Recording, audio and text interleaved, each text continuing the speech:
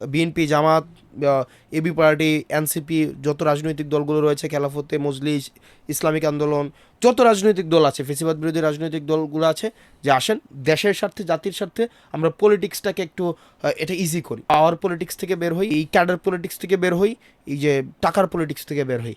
Otherwise আপনি যদি মনে করে থাকেন এই পলিটিক্স দিয়ে আপনি হচ্ছে মার্কেটে চলবে, দেখবেন 5ই আগস্টের পরে যারাই শোডাউন দিছে তারাই হচ্ছে ধরা খাইছে। কারণ এই প্রজন্ম এটাকে রিসিভ করার জন্য প্রিপেয়ার্ড না।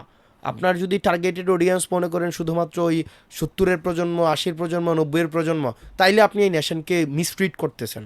তো এই কারণে আমার কাছে মনে হয় এই পলিটিক্সটা অনেক বেশি ইজিয়ার বানাইতে হবে। আমার কাছে মনে হয় এই প্রজন্মের পরবর্তী পলিটিক্স যারা করবে, এমপি মানুষকে জোর করে বানানো যাবে না।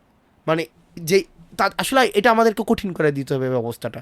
কারণ এমপি হইতে আসছেন আপনি, আপনি জনগণের ম্যান্ডেট নিয়ে আসছেন, আপনি জনগণের কাছে দায়বদ্ধ, আপনি পার্টি প্রধানের কাছে দায়বদ্ধ, আর জনগণের কাছে দায়বদ্ধ না, ব্যাপারটা এমন না। কারণ আগে যেটা হইতো, নমিনেশন দিত পার্টি প্রধান, আর মানুষের কাছে কোনো, আপনি তো মানুষ ভোটের জন্য তো মানুষের কাছে যাইতে হইতো না।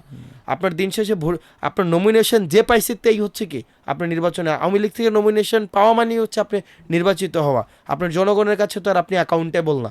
কিন্তু এখন যেহেতু আমরা এটা নিশ্চিত করতে পেরেছি যে আপনি যদি জিততে চান তাহলে জনগণের কাছে আসতে হবে, এই জনগণের কাছে যদি প্রশ্নের জায়গাটা আসেন তখন আর এই চেয়ারটা আরামের থাকবে না।